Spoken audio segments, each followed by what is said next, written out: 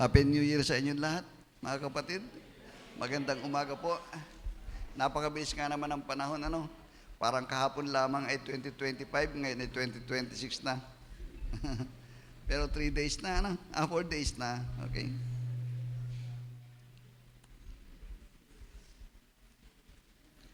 Tuwing magpapalit ang taon, ay tinatawag natin itong bagong taon. Yung salitang bago ay nagbibigay sa atin ng impresyon na mayroong something new na naghihintay sa atin this year. Sa iba naman po, ito ay bagong simula o di kaya ay bagong pagkakataon. Ano man ang inaasahan natin ngayong taon ay mayroong isang palaging bago dahil hindi siya nagbabago. Ang Diyos na gumagawa sa nakaraang taon ay siya rin ang Diyos na gagawa sa ating buhay at sa ating iglesia sa taong ito. Amen po, mga kapatid?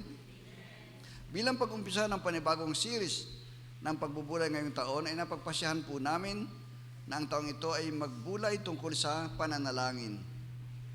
Ang goal ay hindi lamang himukin ang bawat isa na manalangin, kundi patuloy na manalangin at lumago sa pananalangin. Isang quotation mula kay Charles Spurgeon ay nagsasabi ng ganito, I would rather teach one man to pray than 10 men to preach. Hindi minamalit ng Spurgeon ang kahalagahan at kapangyarihan ng pangaral. Gusto lamang ipakita nito sa atin kung gaano higit na mas mahalaga na marunong tayong manalangin. Kahit si Jesus ay hindi niya tinuruan ang kanyang mga alagad na mangaral. Ang itunuro niya ay kung paano manalangin mula rin sa pakiusap ng kanyang mga alagad. Ito'y dahil sa pananalangin, dumadaloy ang kapangyarihan ng Diyos sa bawat isa sa atin. Ang sabi sa Santiago chapter 5 verse 16b, malaki ang nagagawa ng panalangin ng taong matuwid. Ang magagawa ng isang taong mapanalangin, mas higit kaysa sa isang taong magaling mangaral, ngunit hindi naman nananalangin. Prayer impacts almost every area of our spiritual life. Ito ang nakita ko sa pananalangin. Ipinapakita at inihayag nito ang malaking bahagi ng ating pagiging Kristiyano. Ipinakita nito ang ating pananampalataya at pag-asa sa Diyos kapag tayo'y nananalangin. Ipinapakita nito ang klase ng ating kaugnayan kapag tayo ay nananalangin. Ipinakita ng panalangin ang ating pagiging mahina. Walang magagawa nang hiwalay sa pagdepende lamang sa biyaya ng ating Panginoon. In short, ang pananalangin ay hindi lamang isang habit, hindi lang ito isang schedule, hindi lang ito isang activity, at hindi lang ito isang bahagi ng ating buhay. Ang pananalangin ng ating buhay at panghabang buhay. Kaya pakisabi sa katabi, ang panalangin ay dapat maging buhay natin.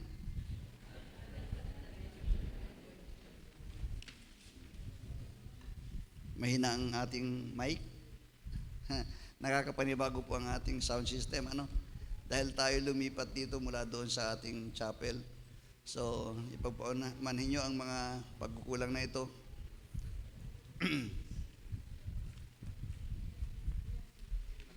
Mahangin. Huwag na lang. Ayan, huwag na lang. Nasisira yung aking script. Asan ako? Nawala ako.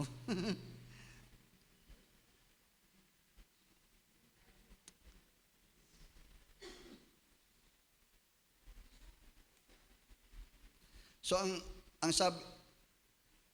ibig kong sabihin ni Pablo sa unang Tesalonica 5:17, magsipanalangin kayong walang patid.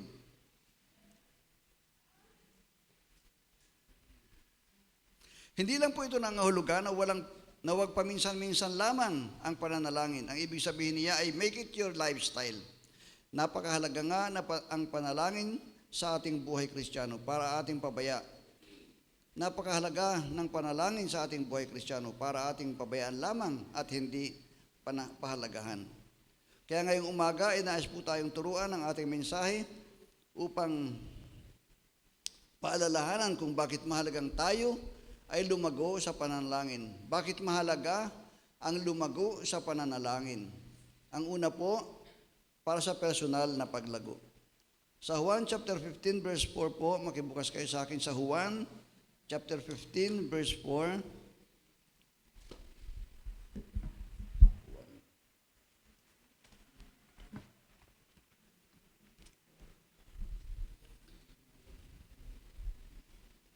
4 and 5. 1:15, 4 and 5. Ang sabi po dito, manatili kayo sa akin at mananatili din ako sa inyo. Hindi magbubunga ang sarang hindi nananatili sa puno. Gayon din naman, hindi kayo magbubunga kung hindi kayo mananatili sa akin. Ako ang puno ng ubas at kayo ang mga sanga. Ang nananatili sa akin at ako sa kanya ang siyang magbubunga ng sagana, sapagkat wala kayong magagawa kung kayo hiwalay sa akin.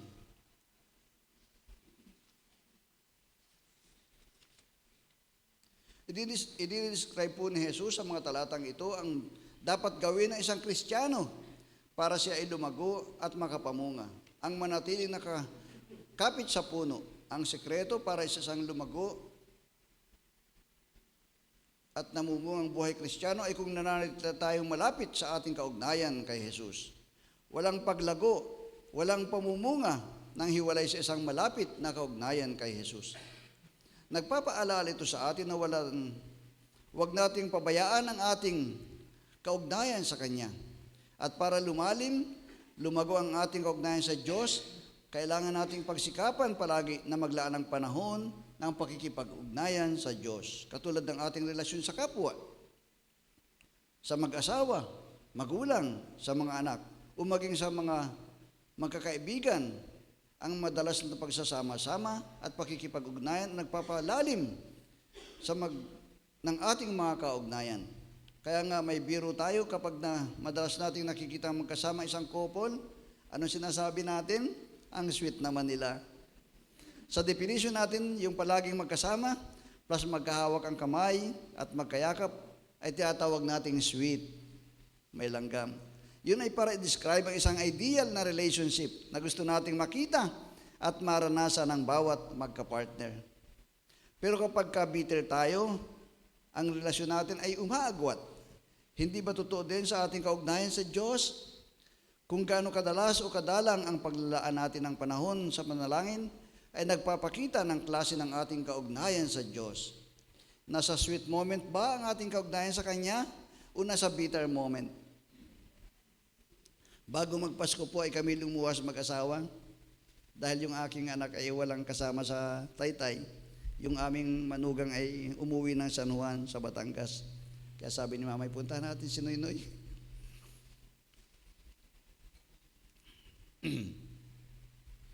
Nang makasama daw namin siya. Okay.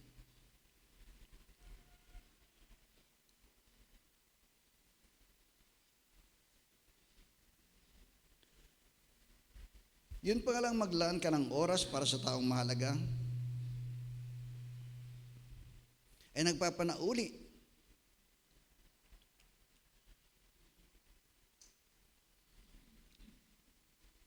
At nagpapatibay ng relasyon sa isa't isa. Nawawala yung bitterness at napapalitan ng sweetness. Magandang ganoon din ang hangarin natin sa ating kaugnayan sa Diyos at ang panalangin ng special moment para sa Diyos. Huwag nating kaliligtaan. Ang isa sa mga pangunahing dahilan ng mga panlalamig sa isang relasyon ay hindi kawalan ng panahon ay dahil sa kawalan ng panahon sa isa't isa. Totoo din yan sa ating kaugnayan sa Diyos.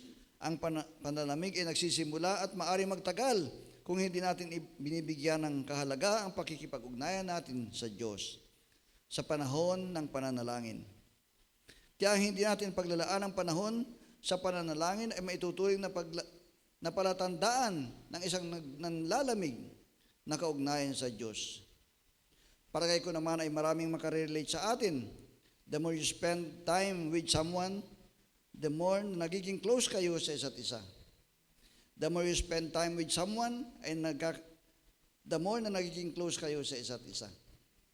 Pero kung madalas din nating nililiglag ang panalangin, talagang manlalamig po tayo. Dahil ang pangunahing sangkap ng isang matatag na relasyon ay ang pagkakaroon ng panahon sa isa't isa.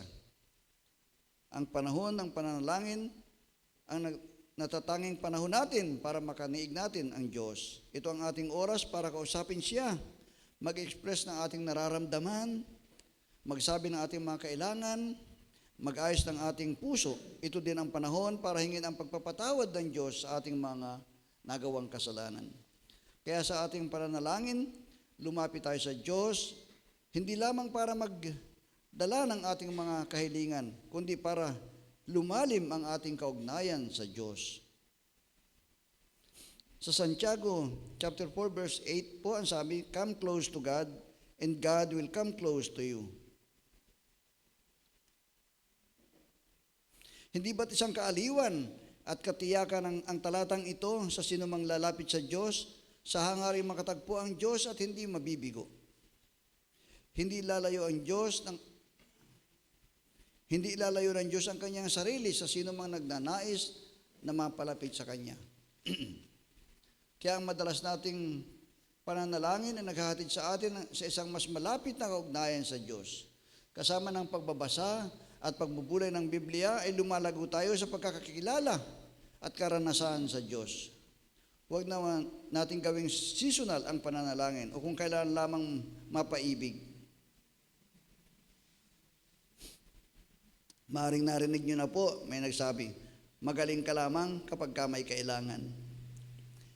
Hinaing ito ng mga taong naaalala at nilalapitan lamang sila kapag mayroong pangangailangan.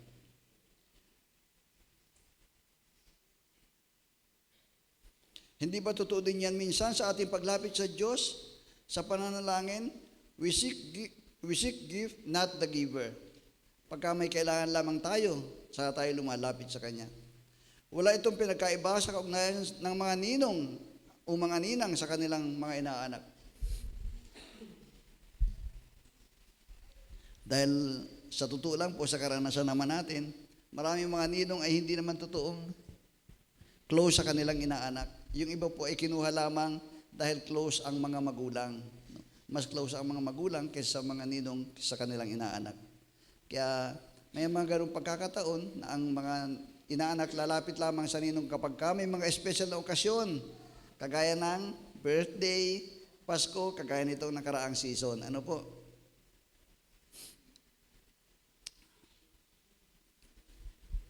Ganyan din ba tayo sa ating kaugnayan sa Diyos?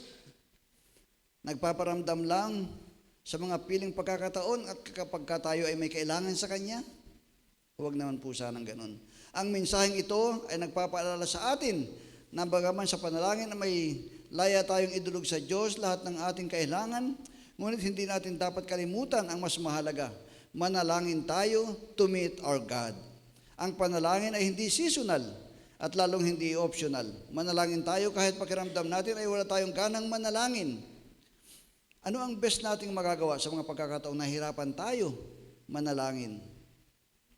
Hilingin po natin sa Espiritu Santo na tulungan tayo na makapanalangin. Ang wika sa Roma chapter 8 verse 26, gayon din naman, tinutulungan tayo ng Espiritu sa ating kahinaan.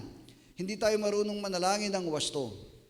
Kaya't ang Espiritu ang lumuluhog para sa atin sa paraang di magagawa ng pananalita.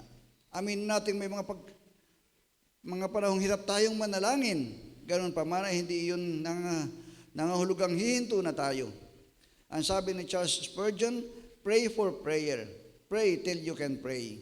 Alang-alang sa ating kaugnayan sa Diyos at para sa ating ikalalago sa ating pananampalataya, pakisabi sa katabi, huwag kang makalimot manalangin. Ang pangalawa po, para sa paglago sa iglesia. Makibukas ulit kayo sa akin sa inyong Bible, sa mga Gawa, chapter 2, verse 42 to 47.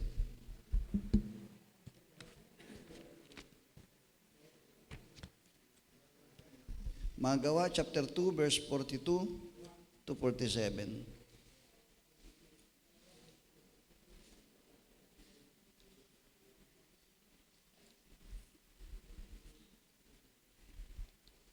Ang sabi po dito, 42. Chapter 2, verse 42 to 47. Inilaan nila ang kanilang mga sarili upang matuto sa turo ng mga apostol. Magsama-sama bilang magkakapatid, magsalo-salo sa pagkain ng tinapay at manalangin. dahil sa maraming himala at kababalaghang ginawa sa pamamagitan ng mga apostol,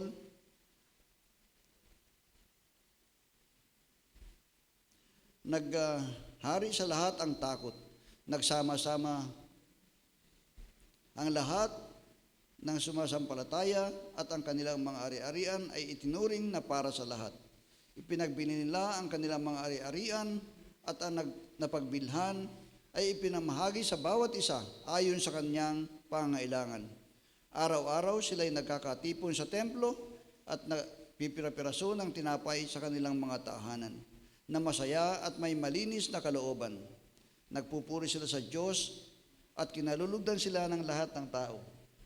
At bawat araw ay dinaragdag sa kanila ng Panginoon ang mga naliligtas.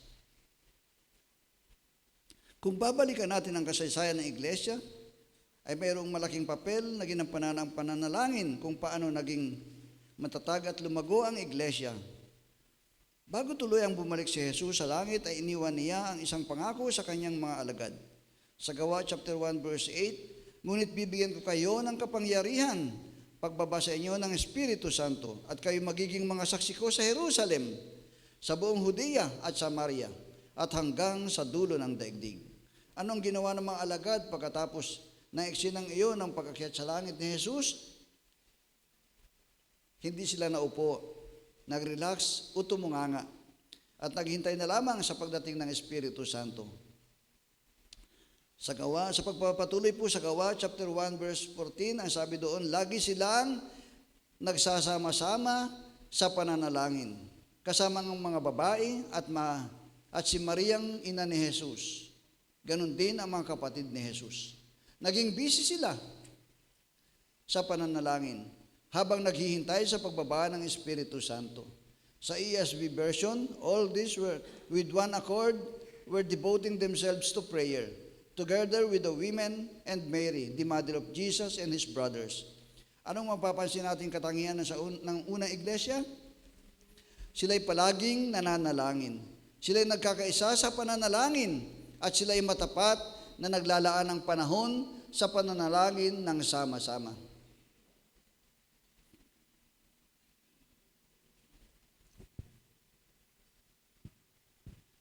Sa halimbawa ng unang iglesia, ang ibig sabihin ng matatag at lumalago ay yung palagi.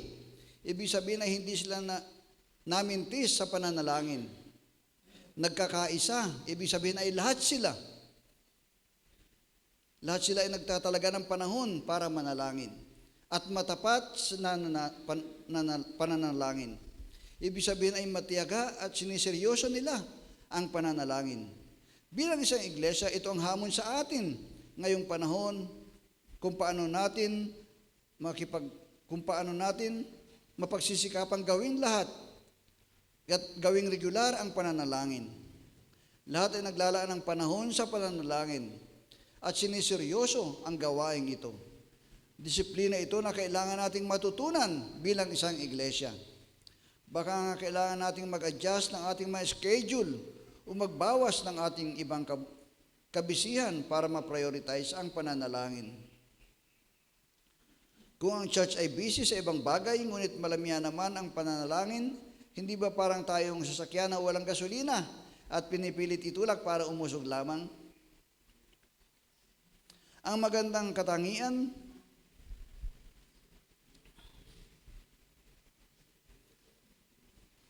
ng unang iglesia na dapat nating tularan ay yun ay ang kanilang pagiging busy na manalangin.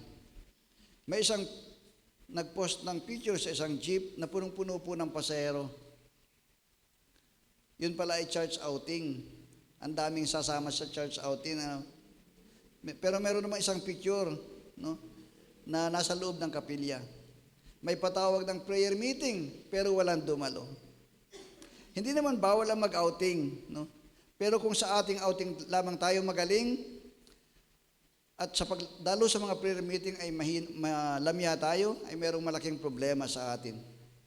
Na just recently, mga kabataan nag-outing sila, may fellowship. Ewan ko kung gaano sila karami. I hope mas marami sila ngayon dito sa loob ng ating iglesia.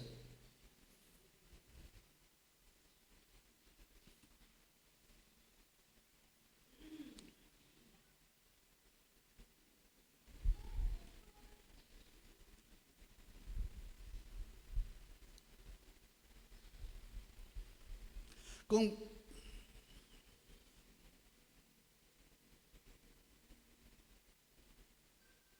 Kung fellowship lamang at walang spiritual involvement, mga kapatid, ay maaaring ikaw ay kasama physically, pero hindi totoong kaisa ng iglesia spiritually.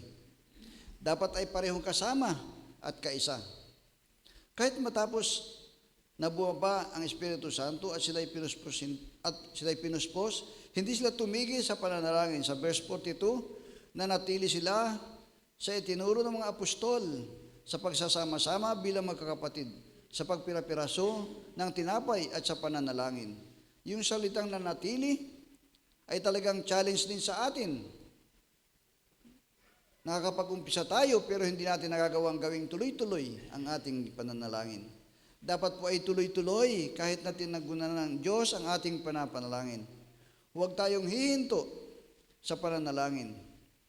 Pagdating sa verse 47, makikita natin ang resulta nito. Ang sabi po roon ay bawat araw ay dinaragdag sa kanila ng Panginoon ang mga inililigtas.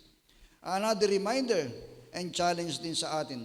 Kung gusto nating makita ang pagbabago o ang resulta at bunga, ay huwag tayong titigil manalangin. Nakakainip man minsan at tila bagang nainip tayo sa pagkilos ng Diyos. Pero ang totoo, ang Diyos naman ay laging ready na gumawa. Tayo lamang po ang hindi ready. Kung paano tayo gagamitin ng Diyos bilang isang iglesia powerfully, ay nakasalalay rin sa ating kahandaan na paggamit sa Kanya. Sa sama-samang pananalangin, hindi lamang natin inaanyayahan ang pagkilos ng Diyos, inihanda rin natin ang ating sarili bilang bahagi ng iglesia para magamit sa Kanyang gawain. Kung mayroon mang maaring i-contribute tayong lahat sa ikatatag at ikakalago ng iglesia, regardless ng ating mga magkakaibang kaabalahan, yun po ay ang pagkakaisa at pakikiisa sa pananalangin. May tukso minsan sa mga iglesia na mag-isip at magpakana ng iba't ibang mga programa, maging busy sa iba-ibang mga panukala at umasa sa pagkakaroon ng magandang kagamitan sa simbahan, mga kasangkapan, mga high-tech na gamit, at maayos na building. Para tulungan ang church na lumago, pero lahat pong iyan ay human effort lamang. Hindi ganyan ang makikita natin sa unang iglesia. Kahit wala silang maraming resources, katulad ng meron tayo ngayon dito sa ating iglesia, pero makikita natin kung paano naging matatag, kung paano silang naging malago at makapangyarihang ginamit ng Diyos ang kanilang mga buhay.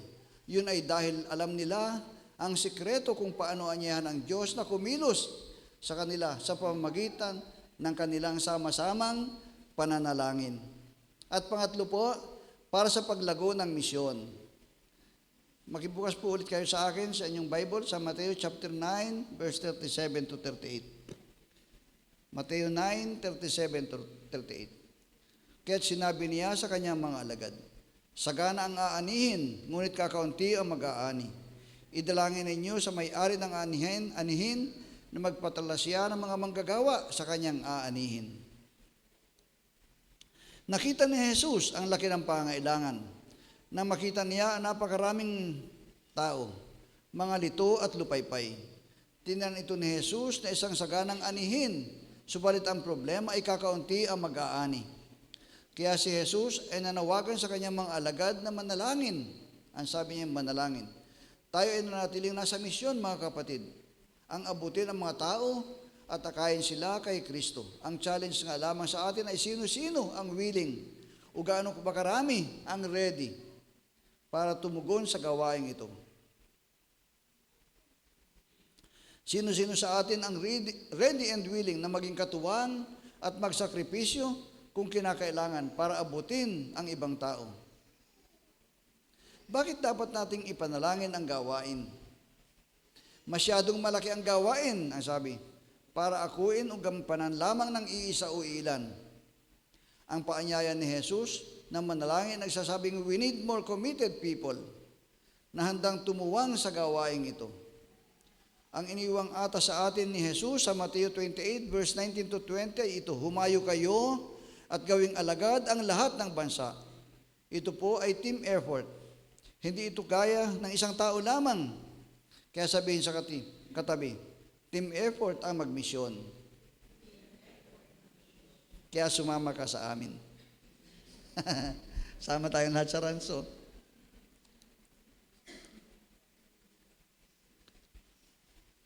Ang kahalin tulad nito ay ng mga negosyante, no? Na pagka panahon po ng season, kagaya nitong Pasko, no? Lalo na sa mga negosyo pagkain, alam nating maraming order at halos magkanta o gaga tayo sa pag-prepare ng mga order. Hindi halos natin may prepare lahat ng order. Nangailangan tayo ng mga dagdag manggagawa, no? Para matugunan natin ang pangailangan ng ating mga customer. Mas marami po ang na-accomplish natin, mas gumagaan ang trabaho kapag maraming tumutuwang sa ating gawain. Pero alam ko naman na talagang hindi naman lahat ay physically available para sa pagmimisyon. Kaya nga po tayo nananawagan, mga kapatid. Sa mga kapatid na hindi naman makakasama sa atin sa pagmimisyon, anong ating hinihiling sa kanila? Ipanalangin tayo. Ipanalangin ang misyon, ang gawain, ang mga manggagawa, ang provisyon ng Diyos. At lahat. Manalangin.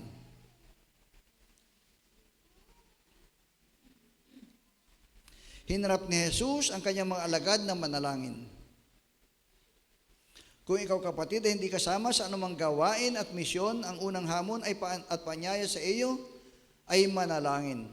Kung ikaw ay nagpapakilalang Kristiyano, ang paanyaya ni Jesus ay manalangin. At kung meron man tayong unang maikukontribute sa iglesia, ayun ay ang manalangin. Kung isa ka sa alagad ni Jesus, then you must pray for the mission. Ang hindi natin pananalangin kung gayon ay maaaring magpakita ng dalawang bagay. Una po, ang kawalan natin ng pakialam o malasakit sa gawain ng ating Panginoon. At pangalawa, ay naglalagay ng question mark sa ating pagiging mga Kristiyano. In short, manalangin tayo bilang pagmamalasakit at pagtuwang natin sa misyon at manalangin tayo dahil katungkulan natin na ipanalangin ang gawain ng ating Panginoon. Ang sabi ni Jesus, idalangin ninyo sa may-ari ng anihin na magpadala siya ng manggagawa. Sa isang banda, maganda rin itong paalala sa atin. Bakit dapat tayong manalangin? Dahil ang Diyos din lamang ang may kakayahan at kapangyarihan na kilusin ang puso ng bawat isa. Hindi ko kayo maaring pilitin na ibigay ang inyong sarili sa pagmimisyon at magsakripisyo para sa ganitong gawain. Kailangan kong manalangin na kilusin ng Diyos ang puso ng bawat isa sa atin para tumugon sa paanyayang ito. Kaya nga ang talagang hamon sa atin ngayon ay lumuhod sa panalangin at hilingin ang pagkilos ng Diyos sa ating mga puso sa halip na pilitin natin ang sino man ang hindi naman maluwag sa kanyang puso ang maglingkod.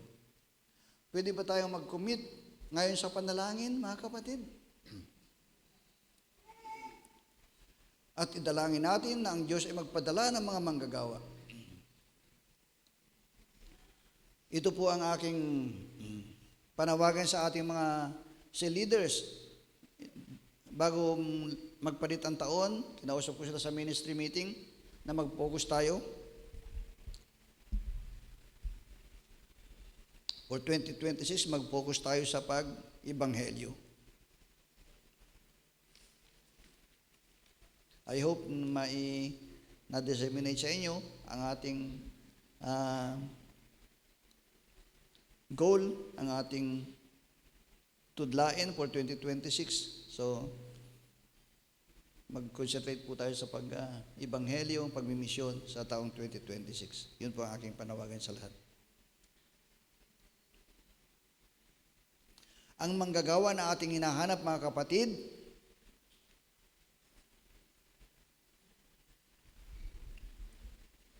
ay maaari hindi naman napakalayo ng pinanggalingan.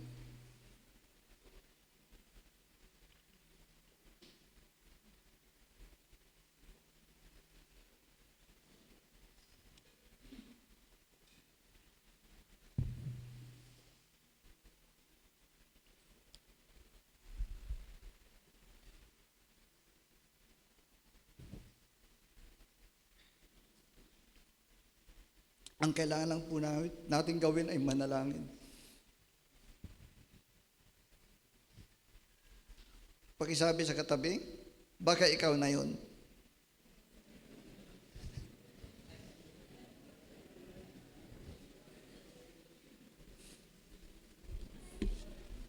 Amen. Sana lahat kayo magkasama sa pagmimisyon.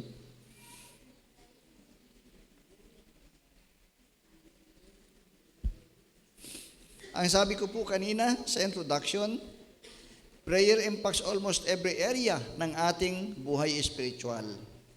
Kung ito'y totoo sa atin, ang pananalangin ang bahagi ng ating buhay na hindi natin dapat pinababayanan. Kung paano tayo magiging mabisa at makatutulong sa buhay espiritual ng iba, prayer is the key. Manalangin kahit parang walang nagbabago o nangyayari. Manalangin kahit parang pakiramdam mo ay wala ka sa mood manalangin. Manalangin kahit anong bigat ng pinagdadaanan. In everything, sabi ng Bible, pray. In everything, pray.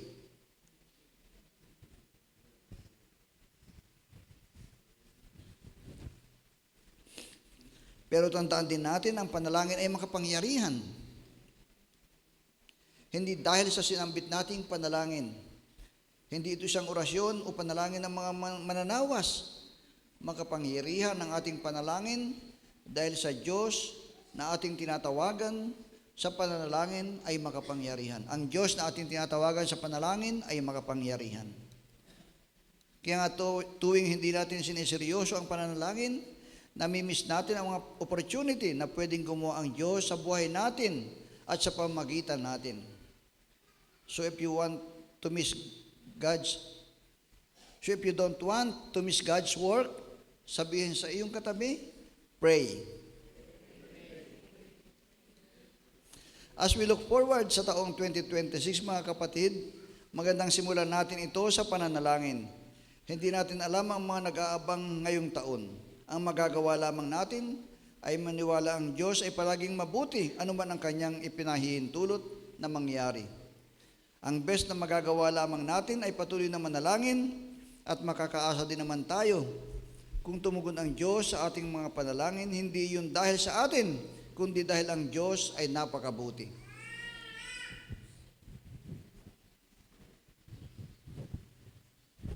Pagpalain po tayo ng Panginoon.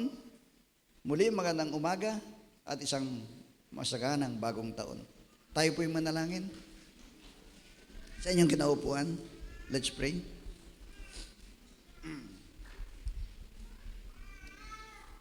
Panginoon, salamat po sa bagong taon na ito. Kaya po'y lumalapit sa inyo ngayong araw na ito, ang unang pagsamba sa taong 2026 na may pagpapakumbaba at buong pusong dumudulog sa inyo sa panalangin. Salamat sa mensahe sa umagang ito. Patuloy niyo kami tinuturuan kung paano magkaroon ng isang kaugnayang napakalapit sa inyo sa pamamagitan ng constant communication with you, O Lord.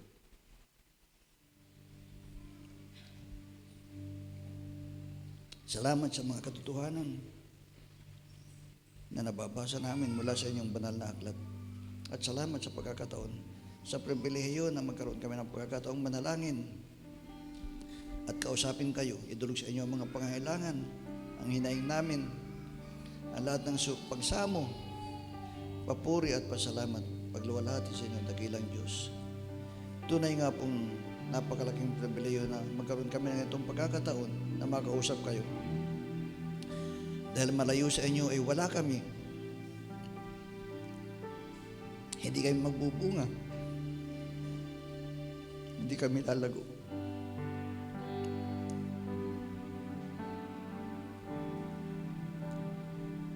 Subalit salamat sa inyong pag-ibig.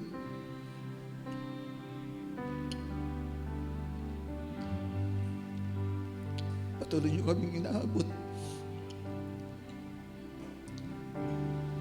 Patuloy kayo nagpapahayag sa amin.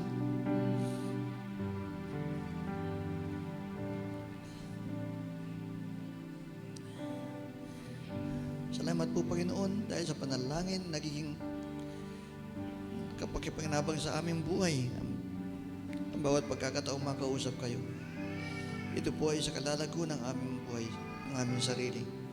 Ganun din po, Ama, salamat dahil sa pananalangin namin ay nagiging matibay at matatag ang iglesia. Ang buong kapuluang ito, dinudulog namin sa inyo. May pagpapasakot at handang gumampa ng inyong mga pinagagawa sa amin, Panginoon. Salamat din po, Ama, dahil sa pananalangin ay patuloy kami nakakapagpahayag ng inyong salita. Naabot ang mga taong nagkakasala, ang mga kasalanan, ang mga taong napapahamak, upang idulog sila pabalik sa inyo. Magkaroon sila ng kaugnayang malapit na ipagsugod ng kalang buhay. Panalangin ko, Panginoon, na patuloy na palaguin mo kami sa aming pananampalataya, magkaroon ng time at kahandaan na paraging manalangin at hanapin ang inyong kaharian, ang inyong kalooban. Masunod daw namin ang inyong kalooban, dakilang Diyos. Kaya't pinupuri kita, Ama, sa umagang ito. Kasama ang lahat ng inyong kawan sa lugar na ito. Pinupuri ka namin at niwawalhati sa makapangyarihang pangalan ng nag-iisa namin Panginoong Jesus. Amen.